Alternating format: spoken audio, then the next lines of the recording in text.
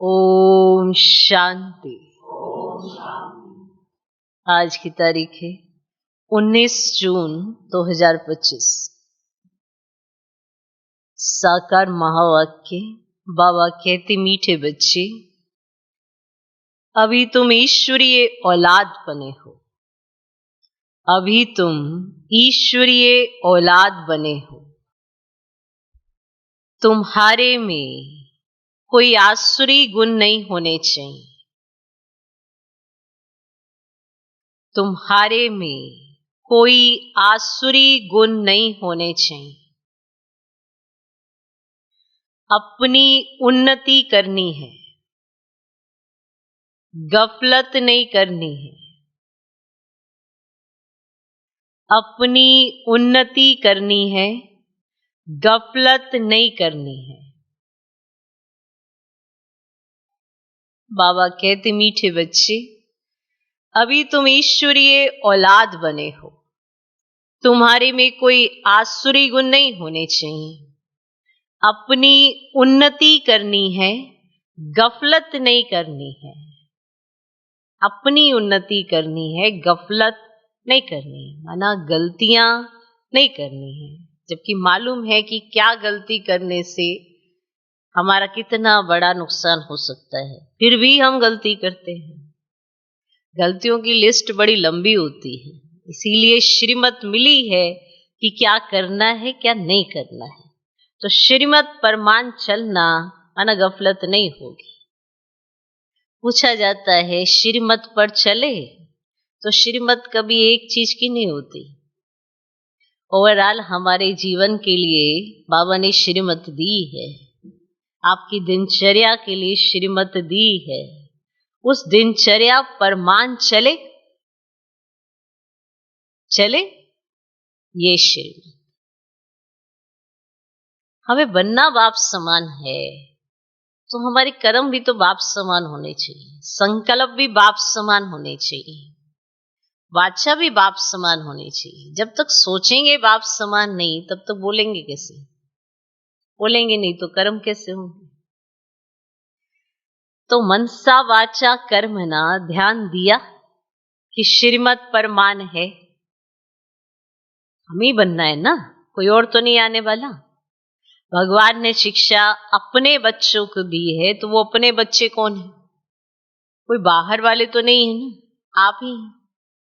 तो अगर अपना ही कल्याण करना है, तो आसुरी गुण मुझ आत्मा में नहीं होने चाहिए। ये अपने साथ वायदा होना चाहिए कि आसुरी गुण नहीं होने चाहिए। जो चीज आप दूसरों में देखना पसंद नहीं करते, क्या वो आप में तो नहीं? जब हम दूसरों को देखते हैं ना कि ये इसके अंदर ये अच्छा बात नहीं है, इसके अंदर ये अवगुण है, जब हम दूसरों को देखते हैं तो बड़ी जल्दी हम कमी निकाल देते हैं। कभी ये चिंतन में लाया है कि ये आसुरी गुण कहीं मुझ में तो नहीं? दूसरों का पॉइंट आउट करना कितना आसान होता है ना, कि तुम में ये नहीं होना चाहिए, उसको ऐसे नहीं करना चाहिए, उसको ऐसे करना चाहिए, उनको ऐसे करना चाहिए, इनको वैसे करना चाहिए। बहुत आसानी से हम राय सलाह भी दे देते हैं। अपनी बारी में क्या होता है? अपनी बारी में एक्सक्यूज। हम बुरे नहीं हैं, पर ये जो हमसे हो गया उसके पीछे कारण ये था। तो अपनी बारी में एक्सक्यूज। तो आप खुद सोचो, क्या हम दैवी गुणों से संपन्न बन पाएंगे अगर हम आसुरी गुणों का त्याग ही नहीं करेंगे? चाहिए दैवी गुण, सबको पसंद है। कई बार बताया जाता है कि आपको अपना साथी भी दैवी गुणों वाला चाहिए। कोई भी आपके साथ सेवा साथी है, दैवी गुण वाला चाहिए। पर क्या मैं दैवी गुणों से संपन्न हूं? उसे भी तो वही साथी चाहिए होगा, सेवा साथी। अपना सेवा साथी एक्टिव चाहिए, अलर्ट चाहिए, ईमानदार चाहिए, आज्ञाकारी चाहिए। क्या मैं स्वयं वैसा हूं? तो अपने कल्याण के लिए करना है जो करना है। अभी बाप समान बनना है। बाबा हमें शिक्षा दे रहा है कि कैसे बन सकते हो। फिर भी हम आसुरी गुणों को लेकर चलें तो फिर कैसे होगा मेरा कल्याण? सोचो सोचो, बिना सोच से परिवर्तन नहीं आता। आप ऐसे ही चलते रहो, और अगर चिंतन ही नहीं चला तो चेंज नहीं आता। अगर चिंतन चलेगा तो आपके अंदर इतनी शक्ति है कि आप अपना परिवर्तन कर सकते हैं। ब्राह्मण हो, सक्षम हो, असंभव को संभव कर सकते हो, तो विचार जरूर चला, क्या मुझे जिस अवस्था में मैं हूं पसंद आ रहा हूं? आपको अपने साथी कैसे चाहिए? जो सेवा साथी होते हैं, कर्म स्थल पर भी साथी होते हैं, वो जगह आपके साथी होते कैसे चाहिए? आज्ञाकारी, वफादार, ईमानदार, मीठे, दैवी गुणों से संपन्न, हर एक को ऐसे ही चाहिए। और हम स्वयं कैसे? चेक कर। बिना चेकिंग चेंज नहीं। तो चेकिंग करनी है तो करो और फिर चेंज लाओ। गफलत नहीं करनी है ना। कई बार हमारे अंदर अलबेलापन, चलो छोड़ो ऐसे ही चलना है, ऐसे, ये हम जब अपने आप से कह देते हैं ना, तो समझ लो अब गलतियां होनी शुरू हो जानी है। जबकि अलर्टनेस हमें वरदान में मिला है कि आप अलर्ट रह सकते हो, क्योंकि हर रोज तो आपको समझानी मिलती है, तो अलर्ट रहना आसान है। भगवान रोज सिखाता है तो अलर्ट रहना आसान है। रोज रोज पढ़ाता है, अलर्ट रहना आसान है। फिर भी गफलत करते हैं, कहते हैं कि ये भी तो ऐसे कर रहा है, मैंने कर लिया तो क्या बड़ी बात हो गई, मेरे तो पीछे ही पड़ गए। यहां पर हम अवगुणों को चांस दे देते हैं कि आओ हम भी दूसरों की तरह ही हैं। ओके, लेकिन हम है कौन? ईश्वरीय औलाद। औलाद तो हो, ईश्वर शब्द आगे जुड़ा हुआ है। ईश्वरीय औलाद माना ईश्वर समान। अब आप देख लें हम कहां हैं। बाबा कहते मीठे बच्चे, अभी तुम ईश्वरीय औलाद बने हो, तुम्हारे में कोई आसुरी गुण नहीं होने चाहिए। अपनी उन्नति करनी है, गफलत नहीं करनी है। आज का प्रश्न, आप संगम योगी ब्राह्मण बच्चों को कौन सा निश्चय और नशा है? आप संगम योगी ब्राह्मण बच्चों को कौन सा निश्चय और नशा है? उत्तर, हम बच्चों को निश्चय और नशा है कि अभी हम ईश्वरीय संप्रदाय के हैं। हम स्वर्गवासी विश्व के मालिक बन रहे हैं।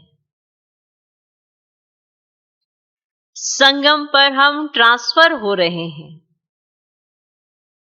आसुरी औलाद से ईश्वरीय औलाद बन 21 जन्मों के लिए स्वर्गवासी बनते हैं। आसुरी औलाद से ईश्वरीय औलाद बन 21 जन्मों के लिए स्वर्गवासी बनते हैं। इससे भारी कोई वस्तु होती नहीं। कितना बड़ा परिवर्तन होता है आसुरी औलाद से ईश्वरीय औलाद। हम बच्चों को निश्चय और नशा है कि अभी हम ईश्वरीय संप्रदाय के हैं।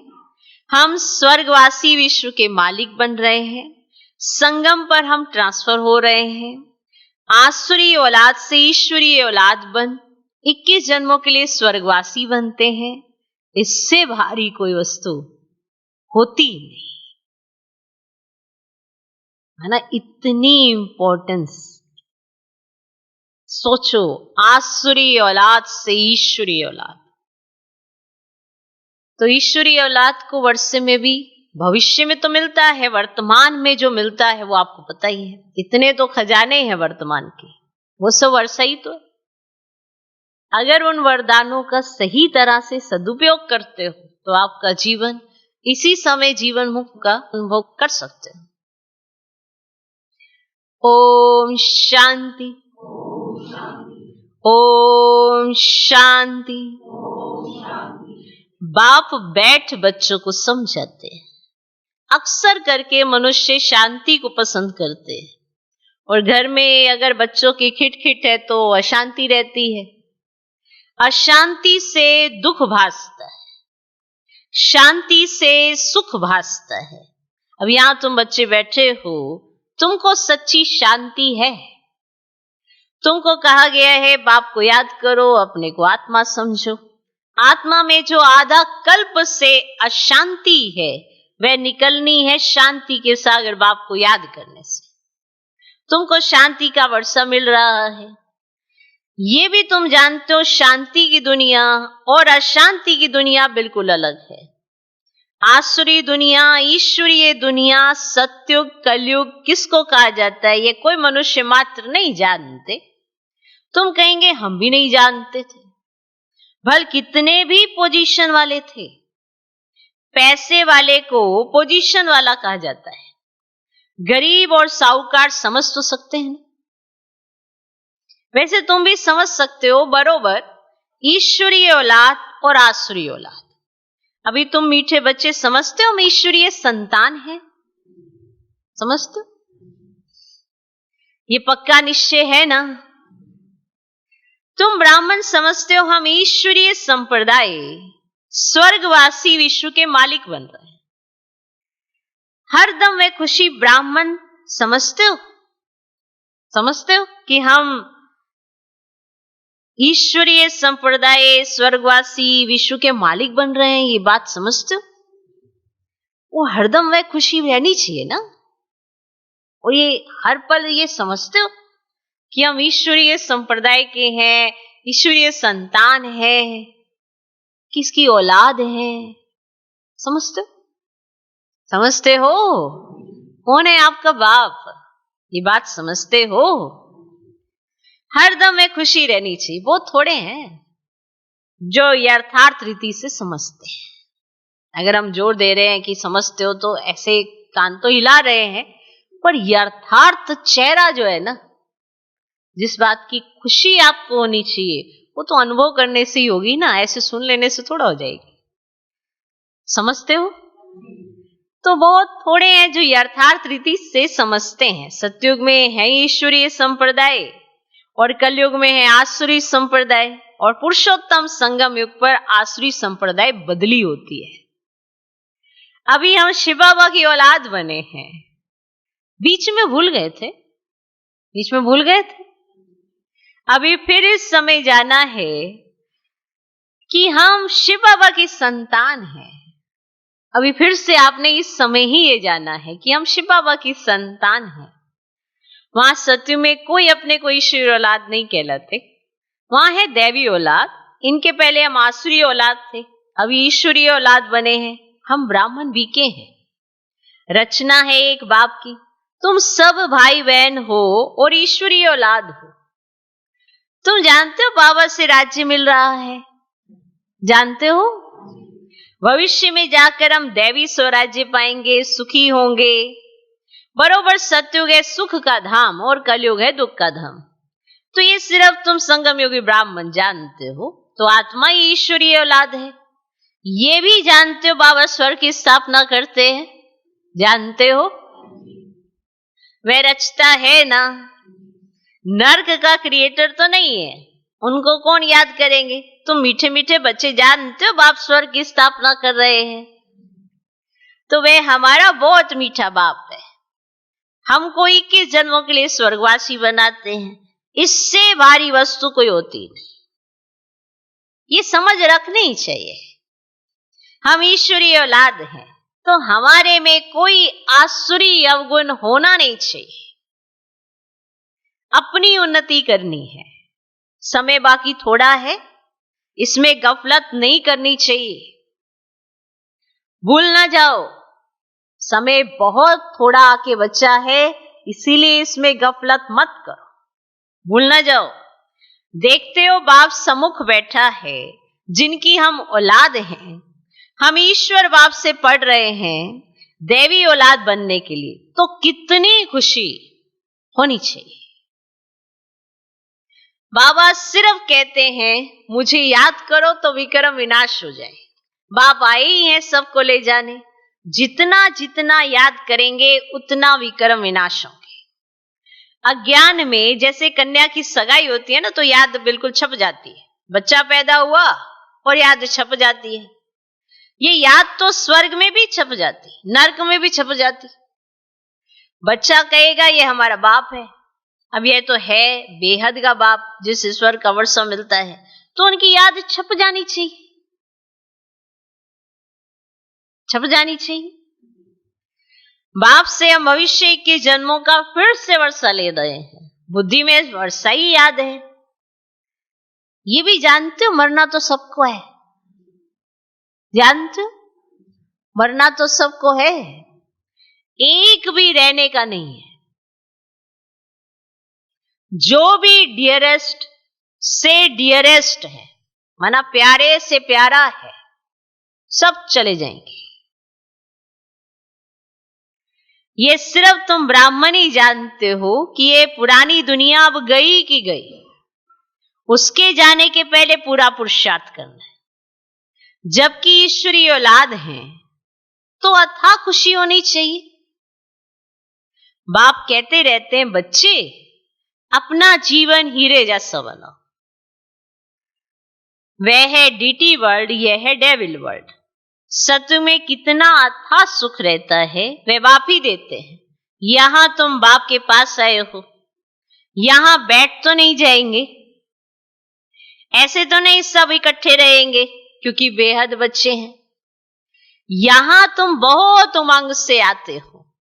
हम जाते हैं बेहद के बाप के पास, हम ईश्वरीय औलाद हैं, गॉड फादर के बच्चे हैं, तो हम क्यों ना स्वर्ग में होने चाहिए। गॉड फादर तो स्वर्ग रचते हैं ना। अब तुम्हारी बुद्धि में सारे वर्ल्ड की हिस्ट्री ज्योग्राफी है। जानते हो हेवनली गॉड फादर हमको हेवन के लायक बना रहे हैं, कल्प कल्प बाद बनाते हैं। एक भी मनुष्य नहीं जिसको यह पता हो कि हम एक्टर हैं। गॉड फादर के बच्चे, फिर हम दुखी क्यों हैं? पूछो अपने आप से। गॉड फादर के बच्चे हैं, हम दुखी क्यों हैं? पूछना चाहिए ना। आपस में लड़ते क्यों हैं? हम आत्माएं सब ब्रदर्स हैं ना। अब ब्रदर्स आपस में कैसे लड़ते रहते? लड़कर खत्म हो जाएंगे। यहां हम बाप से वर्षा ले रहे हैं। ब्रदर्स को आपस में कभी लून पानी नहीं होना चाहिए,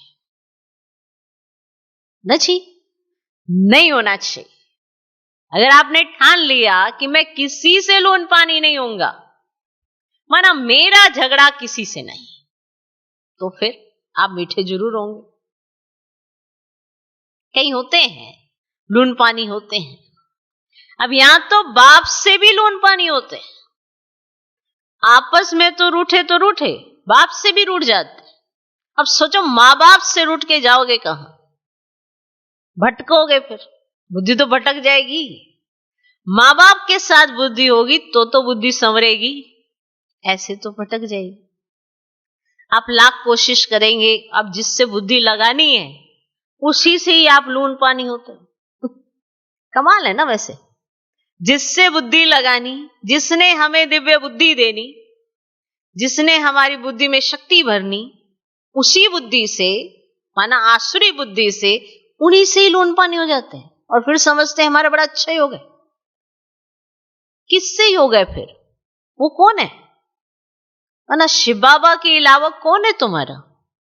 माता पिता के अलावा कौन है तुम्हारा? फिर भी लून पानी होते हैं।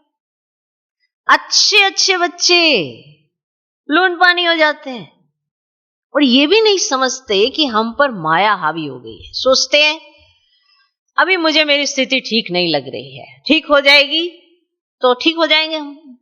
पर क्यों ठीक नहीं हो रही? इतना समय, इतना लून पानी क्यों? क्योंकि खुद को शायद बुद्धिमान समझ लिया है। जिससे लून पानी हुए हो, बुद्धि तो उसी से लेनी है। कमाल है वैसे, नहीं? तो बाप से भी लून पानी होते हैं। अच्छे अच्छे बच्चे लून पानी हो जाते हैं। माया कितनी जबरदस्त। जो अच्छे अच्छे बच्चे हैं ना, वे बाप को तो याद पड़ते हैं। अब याद तो पड़ते हैं, बाप का कितना लव है बच्चों पर। बाप को तो सिवाय बच्चों के और कोई है नहीं जिसको याद करे। बाबा के पास तो और कोई, आपके पास तो ना वस्तु साधन, इतना सब कुछ है, व्यक्ति भी इतने हैं, बाबा के पास तो याद करने के लिए अपने ही बच्चे हैं। आप कहेंगे बाबा आपके पास तो बहुत बच्चे हैं। मेरे पास तो सिर्फ बच्चे हैं, तुम्हारे पास तो बहुत कुछ है जिसको तुम याद करते पढ़ते हो। मेरे पास तो बच्चे ही बच्चे हैं बस। क्या सुना? तो बाप को तो सिवाय बच्चों के और कोई है ही नहीं जिसको याद करे। तुम्हारे लिए तो बहुत है, तुम्हारी बुद्धि इधर उधर जाती है, धंधे आदि में भी बुद्धि जाती है। हमारे लिए तो कोई धंधा आदि भी नहीं है। क्या हमारे पास कोई और धंधा है? तुम्हारे पास तो अपना बिजनेस है, बच्चे हैं, उनकी जिम्मेवारियों के उनके पीछे है, कोई साधन है, किसी ना किसी चीज के प्रति आकर्षण है। तुम्हारे पास तो बहुत कुछ है, तुम्हारी तो बुद्धि भटक जाती है। मेरे पास तो और कोई कुछ नहीं है, तुम्हारी बुद्धि तो धंधे आदि में ही चली जाती है। हमारे लिए तो कोई धंधा आदि भी नहीं है। तुम अनेक बच्चों के अनेक धंधे हैं, हमारा तो एक ही धंधा है। हम आए ही हैं बच्चों को स्वर्ग का वारिस बनाने।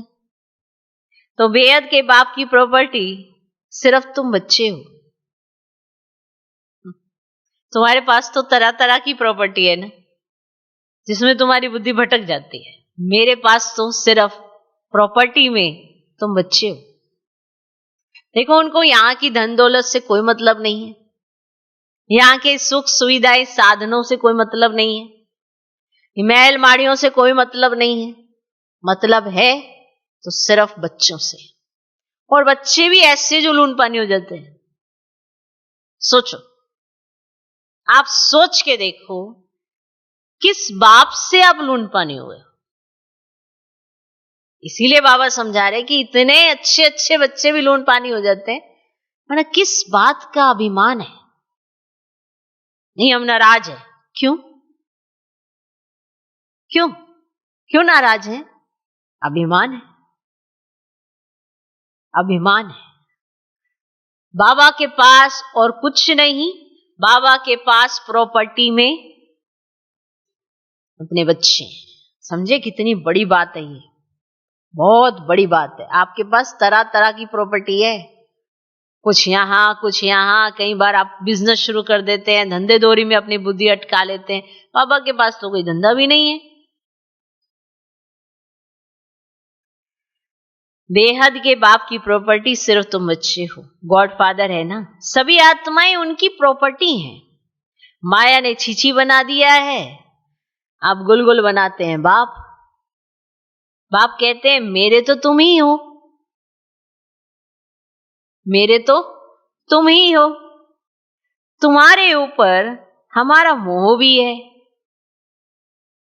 चिट्ठी नहीं लिखते हो तो होना हो जाता है, माना बाबा का तो आप बच्चों के साथ ही सब कुछ है ना।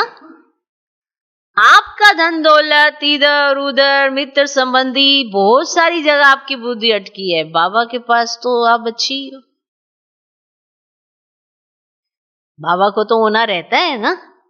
बच्चे चिट्ठी नहीं लिखते हैं, अच्छे अच्छे बच्चों की चिट्ठी नहीं आती है। अच्छे अच्छे बच्चों को एकदम माया खत्म कर देती है। जरूर दे अभिमान है, खुद भी समझते हैं कि हम ना अंदर से खाली हो रहे हैं। अब लून पानी होंगे, ऐसे कुछ एक्टिविटीज करेंगे तो खुद को भी समझ में आता है। चिट्ठी नहीं आती है, कोई रिपीट नहीं आती है, तो भी बाबा को भी समझ में आ जाता है जरूर इस समय इन्हें कोई बेअभिमान है। वरना ऐसे थोड़ा बाप के साथ लूनपन, बहुत बड़ी बात है। आपसे तो फिर भी किसी को आपस में ब्रदर्स एंड सिस्टर को काम पड़ेगा तो बात कर लेंगे। बाप से तो नाराज होकर ऐसे रूठते क्योंकि काम ही नहीं पड़ता शायद,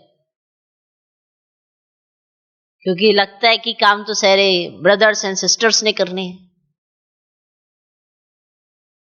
जो तुम्हारे को मदद करवाता है ना, जो आपको सब कुछ पहुंचवाता है, वो एक बाप ही है और कोई नहीं है।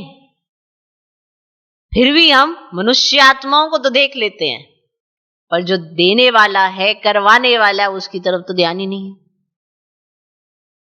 ये तो विचित्र खेल है। वो करके खुद छिप जाते हैं, पर हम उस छिपे हुए को नहीं ढूंढ पाते, और फिर उनके साथ ही धूल छाई ऐसे पता नहीं क्या क्या खेलते रहते हैं और लोन पानी हो जाते हैं। तो जरूर दे अभिमान है।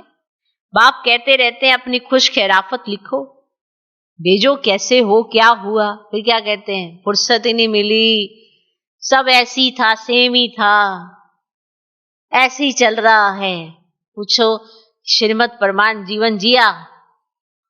हाँ, बस थोड़ा थोड़ा ऊपर नीचे किया। पर आप सोचो, आप बाप से बता भी नहीं पाते हो कि आप क्या कर पा रहे। इतनी सच्चाई सफाई से हम बाप के साथ नहीं रहते। बाप कहते रहते अपनी खुश खैराफत लिखो। बाबा बच्चों से पूछते, बच्चे तुमको माया हैरान तो नहीं करती है? बहादुर बन माया पर जीत पहन रहे हो ना, तुम युद्ध के मैदान में हो ना। कर्मेंद्रियां ऐसे वश करनी चाहिए जो कुछ भी चंचलता ना हो, ऐसे वश होनी चाहिए आपकी कर्मेंद्रियां। सत्युग में सब कर्मेंद्रियां वश में रहती हैं, कर्मेंद्रियों की कोई चंचलता नहीं होती, ना मुख की, ना हाथ की, ना कान की, कोई भी चंचलता की बात ही नहीं होती। वहां कोई भी गंध की चीज होती ही नहीं। यहां योग बल से कर्मेंद्रियों पर जीत पाते हो। बाप कहते कोई भी गंदी बात नहीं, कर्मेंद्रियों को वश करना है, अच्छी रीति पुरुषार्थ करना है। टाइम बहुत थोड़ा है, गायन भी है, बहुत गई थोड़ी रही, अभी थोड़ी रहती जाती है। नया मकान बनता रहता है तो बुद्धि में रहता है ना, बाकी थोड़ा समय है, अभी ये तैयार हो जाएगा, बाकी ये थोड़ा काम है। तो वह है हद की बात, यह है बेहद की बात। तो ये भी बच्चों को समझाया गया है। उनका है साइंस बल और तुम्हारा है साइलेंस बल, है उनका भी बुद्धि बल और तुम्हारा भी बुद्धि बल, है उनका भी बुद्धि बल और तुम्हारा भी बुद्धि बल। साइंस की कितनी इन्वेंशन निकालते रहते हैं, अभी तो ऐसे बॉम्ब्स बनाते रहते हैं जो कहते हैं वहां बैठे बैठे छोड़ेंगे तो सारा शहर खत्म हो जाएगा, फिर ये सेनाएं, एरोप्लेन आदि भी काम में नहीं आएंगे। तो वह है साइंस बुद्धि, तुम्हारी है साइलेंस बुद्धि। वे विनाश के लिए निमित्त बने हुए हैं और तुम अविनाशी पद पाने के लिए निमित्त बने हो। ये भी समझने की बुद्धि चाहिए ना। तुम अच्छे समझ सकते हो बाप कितना सहज रास्ता बताते हैं। भल कितनी भी अहिल्याएं कुब्जाएं हो, सिर्फ 2 अक्षर याद करने हैं, बाप और वर्षा। फिर जितना जो याद करे, और संग तोड़ एक बाप को याद करना है। बाप कहते मैं जब अपने घर परमधाम में था तो भक्ति मार्ग में तुम पुकारते थे, बाबा आप आओ। जब मैं परमधाम में था फिर तुम भक्ति मार्ग में पुकारते थे कि बाबा आप आएंगे ना तो हम ना सब कुछ कुर्बान करेंगे, सब कुछ कुर्बान करेंगे, आप ही हमारे लिए सब कुछ हो। ये हुए जैसे करनी घोर। अब करनी घोर को पुराना सामान दिया जाता है, तुम बाप को क्या देंगे? अब इनको तो देते नहीं हो, माना ब्रह्मा बाबा को, इसने तो अपना भी सब कुछ दे दिया।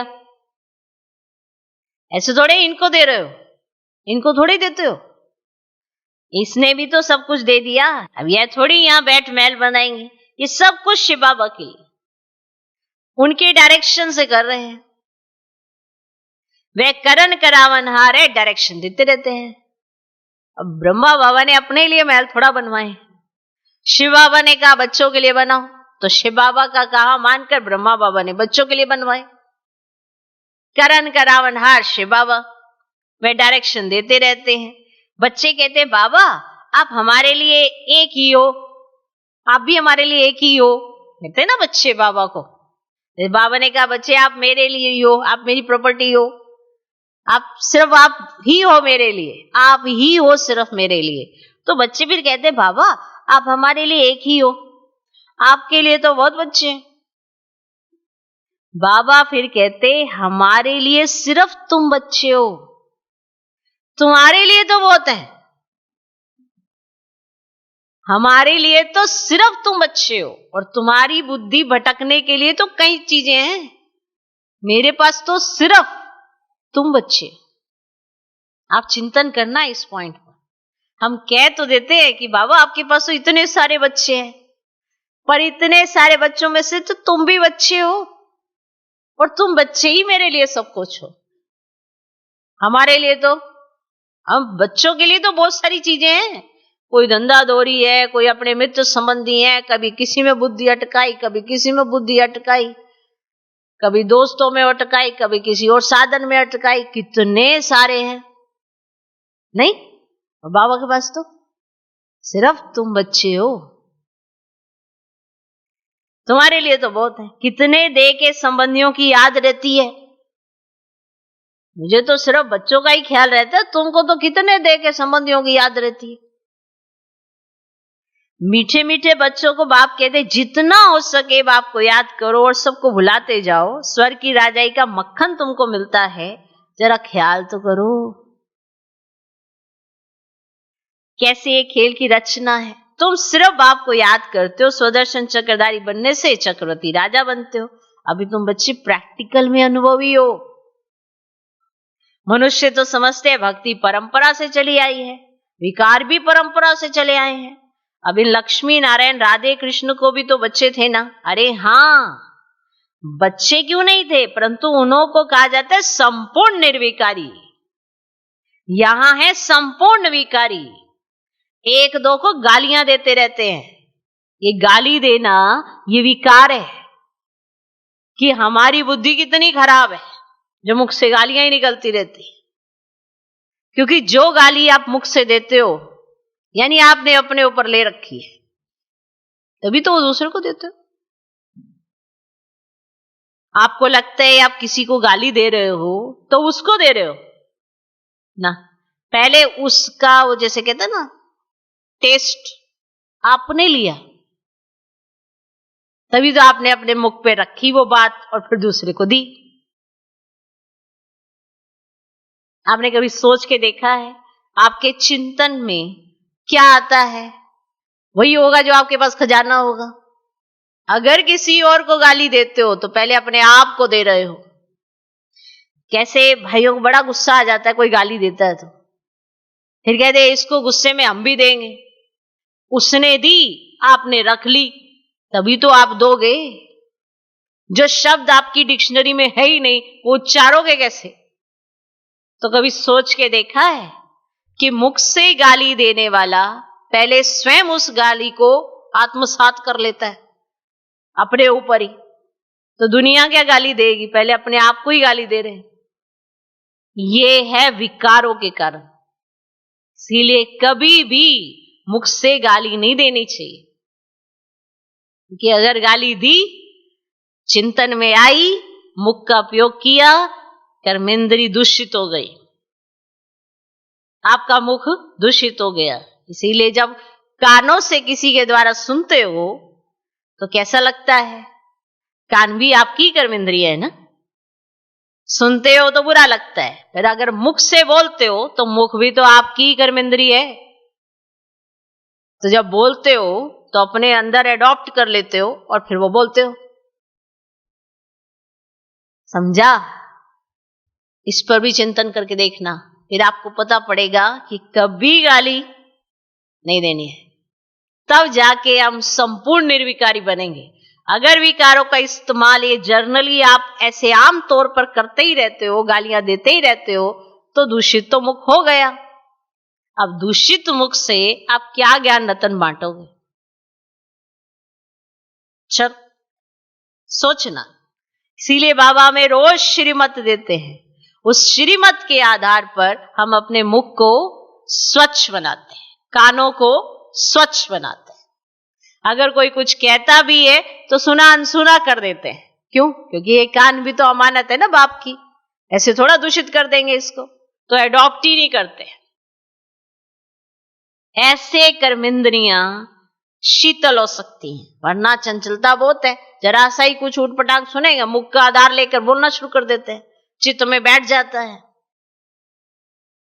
सोचना, तो अब तुम बच्चों को बाप श्री श्री की श्रीमत मिलती है, तुमको श्रेष्ठ बनाते हैं। अगर बाप का कहना नहीं मानेंगे तो फिर थोड़े ही बनेंगे।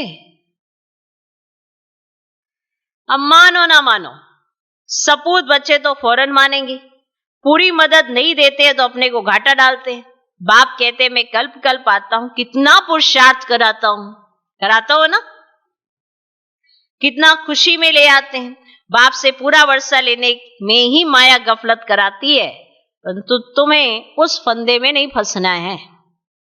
माया से ही लड़ाई होती है, बहुत बड़े बड़े तूफान आएंगे, उसमें भी वारिसों पर जास्ती माया वार करेगी। रुस्तम से रुस्तम वो लड़ेगी। जैसे वैद्य दवाई देते हैं तो बीमारी सारी बाहर निकल आती है, यहां भी मेरे बनेंगे तो फिर सबकी याद आने लग पड़ेगी। किसी को पता भी नहीं होगा, उसके भूले बिसरे याद आ रही है। आप अपना टाइम वेस्ट किए जा रहे हो। इससे अच्छा जाओ और कहीं अच्छे जो जरूरतमंद है उनको ज्ञान सुनाओ। प्रदर्शनी लगी हो कहीं, वहां पे जाके भाषण करो, सुनाओ सबको, वो ज्यादा अच्छा। मंदिरों में जाओ, वो ज्यादा अच्छा। नहीं, मित्र संबंध याद आ रहे हैं, याद मित्र संबंधियों की आ रही है, बहाना को छोड़ो। से भी बहुत होते हैं, ऐसी ऐसी बीमारियां बाहर निकलेंगी, मित्र संबंधी याद आने लगेंगे। बहुत 25 साल हो गए मिले नहीं हम, चलो मिल के देखते हैं। वो कहा हम कहा, फिर मिल रहे, कलयुगी और संगम योगी मिल रहे एक टेबल पर।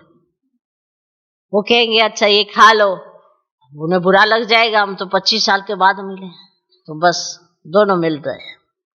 वाह, तो ये रुस्तम से रुस्तम होकर माया लड़ेगी। ऐसे आपको बहुतों की याद आने लगेगी, तूफान आएंगे, इसमें लाइन क्लियर चाहिए। हम पहले पवित्र थे, फिर आधा कल्प अपवित्र बने, अब फिर वापस जाना है। बाप कहते मुझे याद करो तो इस योग अग्नि से तुम्हारे विक्रम विनाश होंगे। जितना याद करेंगे उतना उच्च पद पाएंगे। याद करते करते तुम घर चले जाएंगे। इसमें बिल्कुल अंतर्मुखता चाहिए। नॉलेज भी आत्मा में धारण होती है ना, होती है ना, आत्मा ही पढ़ती है। आत्मा का ज्ञान भी परमात्मा बाप ही आकर देते हैं। इतना भारी ज्ञान तुम लेते हो विश्व का मालिक बनने के लिए। मुझे तुम कहते ही हो ना, पतित पावन ज्ञान का सागर, शांति का सागर। तो जो मेरे पास है मैं तुमको सब देता हूं, जो मेरे पास है ना वो मैं तुमको सब दे देता हूं। मैं ही तुम्हें शांति देता हूं, मैं ही तुम्हें ज्ञान देता हूं, मैं ही तुम्हें पावनता का वरदान देता हूं। जो मेरे पास है वो सब कुछ दे देता हूं। बाकी सिर्फ एक चीज रखता हूं अपने पास। कौन सी? बाकी सिर्फ दिव्य दृष्टि की चाबी नहीं देता हूं, उसके बदले फिर तुमको विश्व का मालिक बनाता हूं। साक्षात्कार में कुछ है नहीं, मुख्य है पढ़ाई, और पढ़ाई से तुमको 21 जन्म का सुख मिलता है। मीरा की भेंट में तुम अपने सुख की भेंट करो, मीरा की भेंट में तुम अपने सुख की भेंट करो। वह तो कलयुग में थी, दीदार किया, फिर क्या? भक्ति की माला ही अलग है, ज्ञान की माला अलग है। रावण की राजाई अलग और तुम्हारी राजाई अलग। उनको दिन उनको रात कहा जाता है। अच्छा, मीठे मीठे सिकिलदे बच्चों प्रति माता पिता बाप दादा का याद प्यार और गुड मॉर्निंग। रूहानी बाप की रूहानी बच्चों को नमस्ते। हम रूहानी बच्चों की भी रूहानी बाप को नमस्ते नमस्ते नमस्ते। Good morning good morning good morning. धारणा के लिए मुख्य सार, पहला पॉइंट, याद के बल से अपनी कर्मेंद्रियां ऐसी वश करनी है जो कोई भी चंचलता ना रहे। याद के बल से अपनी कर्मेंद्रियां ऐसी वश करनी है जो कोई भी चंचलता ना रहे। टाइम बहुत थोड़ा है, इसलिए अच्छी रीति पुरुषार्थ कर मायाजीत बनना है। टाइम बहुत थोड़ा है, इसीलिए अच्छी रीति पुरुषार्थ कर मायाजीत बनना है। दूसरा पॉइंट, बाप जो ज्ञान देते हैं उसे अंतर्मुखी बन धारण करना है। बाप जो ज्ञान देते हैं उसे अंतर्मुखी बन धारण करना है। कभी भी आपस में लून पानी नहीं होना है, कभी भी आपस में लून पानी नहीं होना है। बाप को अपनी खुश खैराफत का समाचार जरूर देना है। बाप को अपनी खुश खैराफत का समाचार जरूर देना है। बाप जो ज्ञान देते हैं उसे अंतर्मुखी बन धारण करना है। कभी भी आपस में लून पानी नहीं होना है। बाप को अपनी खुश खिराफत का समाचार जरूर देना है, देना है, देना है। आज का वरदान, कल्याणकारी वृत्ति द्वारा सेवा करने वाले सर्वात्माओं की दुआओं के अधिकारी भव। कल्याणकारी वृत्ति द्वारा सेवा करने वाले सर्वात्माओं की दुआओं के अधिकारी भव। कल्याणकारी वृत्ति द्वारा सेवा करने वाले सर्वात्माओं की दुआओं के अधिकारी भव। कल्याणकारी वृत्ति द्वारा सेवा करना, यही सर्वात्माओं की दुआएं प्राप्त करने का साधन है। कल्याणकारी वृत्ति, जब लक्ष्य रहता है कि हम विश्व कल्याणकारी हैं, तो अकल्याण का कर्तव्य हो ही नहीं सकता। जैसा कार्य होता है वैसी अपनी धारणाएं होती है। अगर कार्य याद रहे तो सदा रहमदिल, सदा महादानी रहेंगे। हर कदम में कल्याणकारी वृत्ति से चलेंगे, मैंपन नहीं आएगा, निमित्तपन याद रहेगा। ऐसे सेवाधारी को सेवा के रिटर्न में सर्वात्माओं की दुआओं का अधिकार प्राप्त हो जाता है। ऐसे सेवाधारी को सेवा के रिटर्न में सर्वात्माओं की दुआओं का अधिकार प्राप्त हो जाता है। आज का स्लोगन, साधनों की आकर्षण साधना को खंडित कर देती है। साधन जहां भी जाएंगे अब बहुत मिलते हैं, लेकिन साधना में अभी उतनी लगन दिखाई नहीं देती है। उसका कारण है कि हम साधनों के वशीभूत हैं। अगर साधन नहीं है तो स्थिति भी हिली डुली रहती है। समझते हैं कि अगर अच्छी तरह से एक अच्छा स्थान हो, ठंडा ठंडा सा, आराम से गर्मियों में ठंडा ठंडा स्थान मिले और बहुत अच्छा लगे तो हमारा योग बड़ा अच्छा लगेगा। ठंडे स्थान से योग लगने का क्या कनेक्शन है? नहीं, फिर हमें गर्मी लगेगी, पसीने आएंगे तो फिर याद कहाँ लगेगी। और जब आपको कुछ हो जाता है, किसी का ऐसे माना कहीं ध्यान आपका खो जाता है किसी चीज में, तो आपको तो गर्मी सर्दी का एहसास नहीं रहता। आप तो ऐसे एकाग्र हो जाते हैं एक ही जगह पर, तब आप खो जाते हैं। तो जब लगन में मगन होंगे तो ये साधनों की तरफ भी ध्यान नहीं होगा। ये है नहीं है, वो है नहीं है। जहां पे सब कुछ होता है ना, वहां पे ज्यादा चिंतन चलता रहता है। आज किसी को अच्छा स्थान मिल गया तो कहें वाह वाह, आज तो बड़ा अच्छा स्थान। कहीं पे कोई थोड़ा ऊपर नीचे हो गया तो संकल्प चलने लग गए, मेरे को ये जगह दे दी, मेरे को वो जगह दे दी। तो लगातार वही संकल्प चलते रहेंगे। तो माना बुद्धि में क्या चलता रहता है? साधन ही साधन, साधन ही साधन। वही साधन जब नहीं होते तो हम सब एडजस्ट कर लेते थे और साधना भी होती थी। जब साधन नहीं थे तो सब एडजस्टमेंट चलती थी। और अब साधन है फिर भी साधना नहीं है, क्योंकि अब एडजस्टमेंट करने का संकल्प ही हमारा डिलीट हो चुका है। अब तो हमें चाहिए, अबे तो ऐसा होना चाहिए, इसीलिए हमारी बुद्धि भटकी रहती है वहां पे। तो साधनों की आकर्षण साधना को खंडित कर देती है। हम साधना कर नहीं पाएंगे। कहीं कहते नहीं हमें कोई आकर्षण नहीं, हमें कहीं भी रख दो। पर जब उन्हें रखा जाता है तो जो उनकी बेचैनी होती है उन्हें बीमार कर देती है।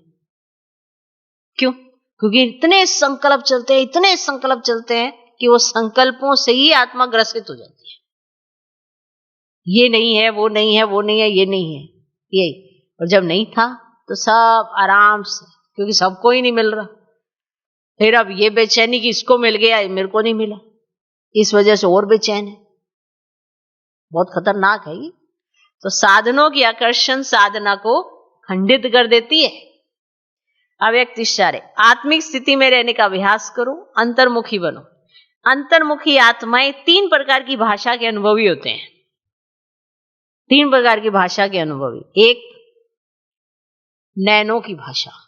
जो अंतर्मुखी आत्माएं होती हैं वो नैनो की भाषा अच्छी तरह से पढ़ सकती है। दूसरा, भावना की भाषा। और तीसरा, संकल्प की भाषा। नैनो की भाषा, भावना की भाषा और संकल्प की भाषा। ये 3 प्रकार की भाषा रूहानी योगी जीवन की भाषा है। जितना जितना आप अंतर्मुखी स्वीट साइलेंस स्वरूप में स्थिति होती जाएगी, उतना इन 3 भाषाओं द्वारा सर्वात्माओं को अनुभव करा सकेंगे। अब इसी रूहानी भाषा के अभ्यासी बनो। ओम शांति।